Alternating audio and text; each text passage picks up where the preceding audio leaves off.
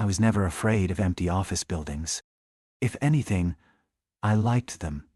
Late nights, humming lights, the distant thrum of air conditioning. But last Friday, when my manager called and asked if I could cover the overnight data backup at the old regional headquarters, I hesitated. It wasn't just the inconvenience.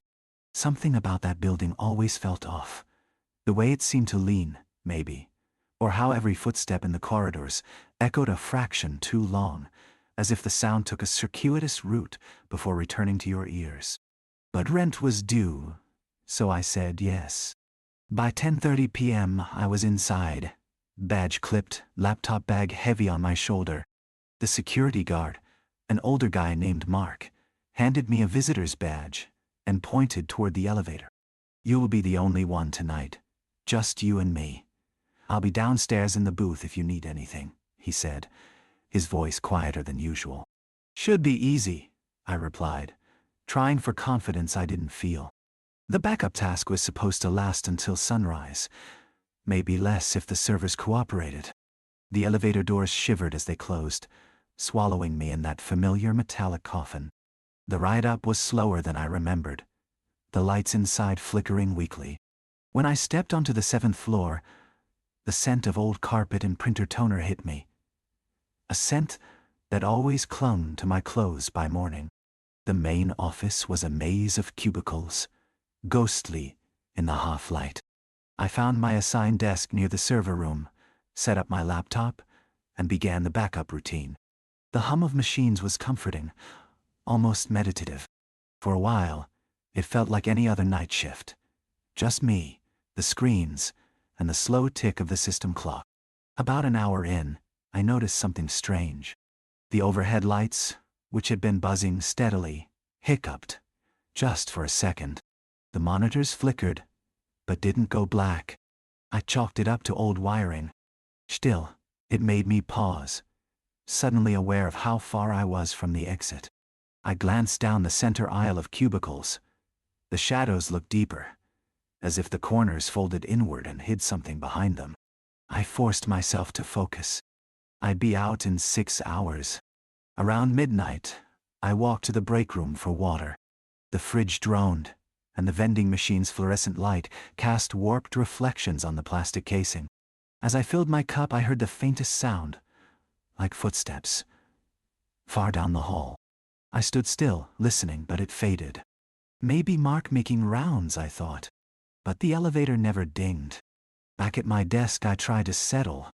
The screen's glow was too harsh now, making the darkness around me feel thick, impenetrable. I kept catching movement in my peripheral vision, a low flicker, like someone ducking behind a partition. Each time I looked, nothing. I got up, walked the entire row, even checked inside the small conference room at the end. Empty chairs, blinds drawn. I laughed at myself. Half genuine, half nervous. There was nobody here. I called Mark on the desk phone just for company. He answered on the 3rd ring, his voice muffled with static. "Everything all right up there?" he asked. "Yeah, just heard something weird. Thought I'd check in." He hesitated. "Old building. Pipes bang a lot. You're the only one on that floor, I promise." I thanked him and hung up, feeling foolish. I tried to immerse myself in work, double-checking file paths and logs. But the sense of being watched grew, prickling at the back of my neck. Every so often, a soft click echoed from somewhere down the corridor, a sound out of sync with the rhythm of the machines. I kept glancing over my shoulder, searching for a logical source. Maybe the cooling ducts expanding, or a loose panel rattling in the airflow. Still, each click seemed to creep a little closer, each one lingering in the air longer than the last. At 1:17, the backup process froze. My screen filled with a cascade of error messages. I cursed under my breath and leaned in to troubleshoot, trying to ignore the way the floor beneath my chair felt subtly uneven, as if it had shifted beneath my weight. I restarted the script, fingers moving faster than I could think, eager to drown out my unease with the familiar logic of code. A tap rang out. Sharp, definite. This time I knew it wasn't the pipes. It echoed from the far side of the office where the lights didn't quite reach. I stood, every instinct telling me to stay put, but curiosity, or maybe something like duty, pushed me forward. My sneakers squeaked on the tile as I wove through the cubicles. The air felt heavier here, and I realized the hum of the servers was quieter, like something was muffling the sound. I called out softly, "Hello?" My voice didn't carry far, deadened by the maze of partitions. For a moment, there was only silence. Then the tap repeated, fainter this time, but undeniably present. I shivered, arms prickling with goosebumps, and tried to convince myself it was just water dripping. Something innocent. My rational side insisted I check the server room, just in case something was wrong in there. I made my way to the heavy door, hesitated, and pushed inside.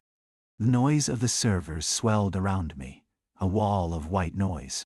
Nothing seemed out of place, no cables loose, no warning lights. Still, as I turned to leave, I caught a glimpse of movement reflected in the glass of the server rack. Just behind my shoulder, a shadow crossing behind the open door. I spun around. No one was there.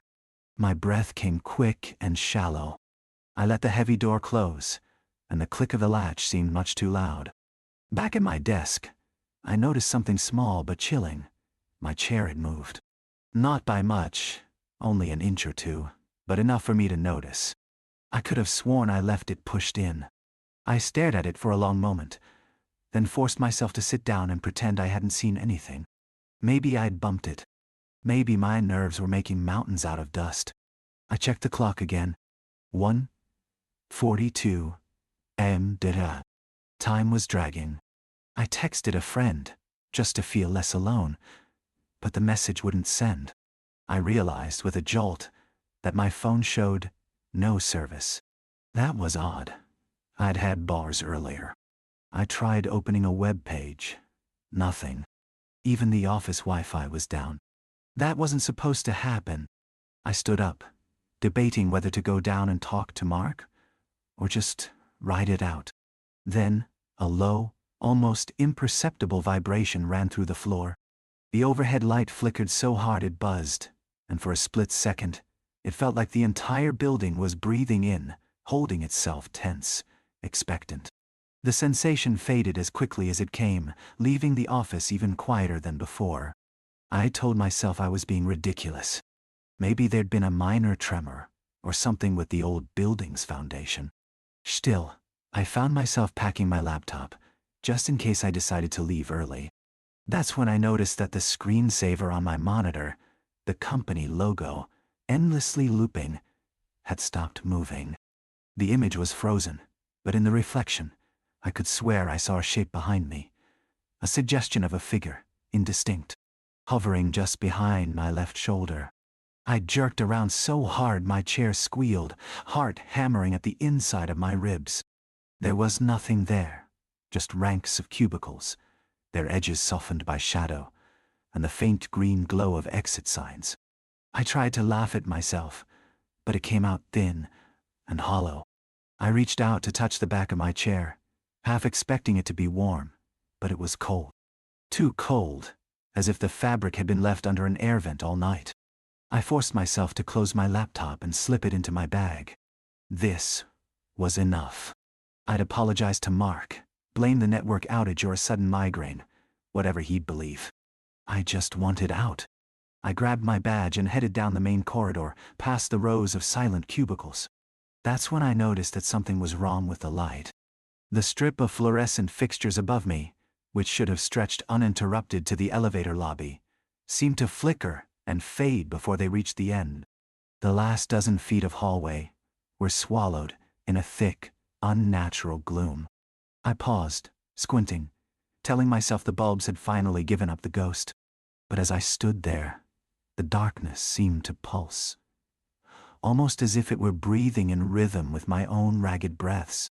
The sensation was so strong I stepped back, and my heel knocked into a rolling chair that should have been tucked under a desk. The chair creaked softly and drifted a few inches toward the darkness. I swallowed against the dryness in my throat. My hand, gripping my laptop bag, felt slick with sweat. I called out again, louder than before, "Mark? Are you up here?" No answer. The silence was thick, like someone holding their breath just out of sight. I took a step forward, forcing myself to walk toward the elevator. The badge on my lanyard thumped against my chest. As I passed one cubicle, I caught a glimpse of something in my peripheral vision. A face, maybe, just peering over the fabric wall.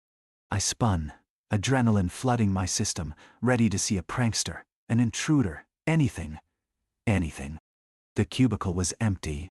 Just a coffee mug, some sticky notes, and a monitor frozen on a blue screen. I hurried on, not bothering to hide my fear now. The elevator doors sat at the end of the corridor, matte silver, seeming further away than I remembered. Each step sounded too loud, echoing into the gloom ahead. My badge shook against my chest. I pressed the call button. Nothing happened. No lights. No mechanical whir. The call button stayed stubbornly dark. I tried the stairwell door. It rattled in its frame. Locked. That couldn't be right. Fire code meant it was always supposed to open from the inside. I tried again, using both hands, yanking so hard my shoulder twinged. The door didn't budge. That was when I heard it again. Footsteps, steady and deliberate, coming from behind me in the corridor. Not shuffling, not hesitant, just a slow, measured pace, as if whoever or whatever was back there knew exactly where it was going. I didn't want to look. I pressed myself against the stairwell door, closing my eyes for a heartbeat. The footsteps stopped. I opened my eyes, chest tight. Still nothing behind me, just the receding lines of cubicles and the thick blackness swallowing the far end of the floor. But the air felt charged, as if the whole building was watching me, waiting on my next move. I fumbled for my phone to use the flashlight, but the screen stayed black when I pressed the power button. I tried again. No response. I banged it against my palm, desperately, and the screen flickered to life for a split.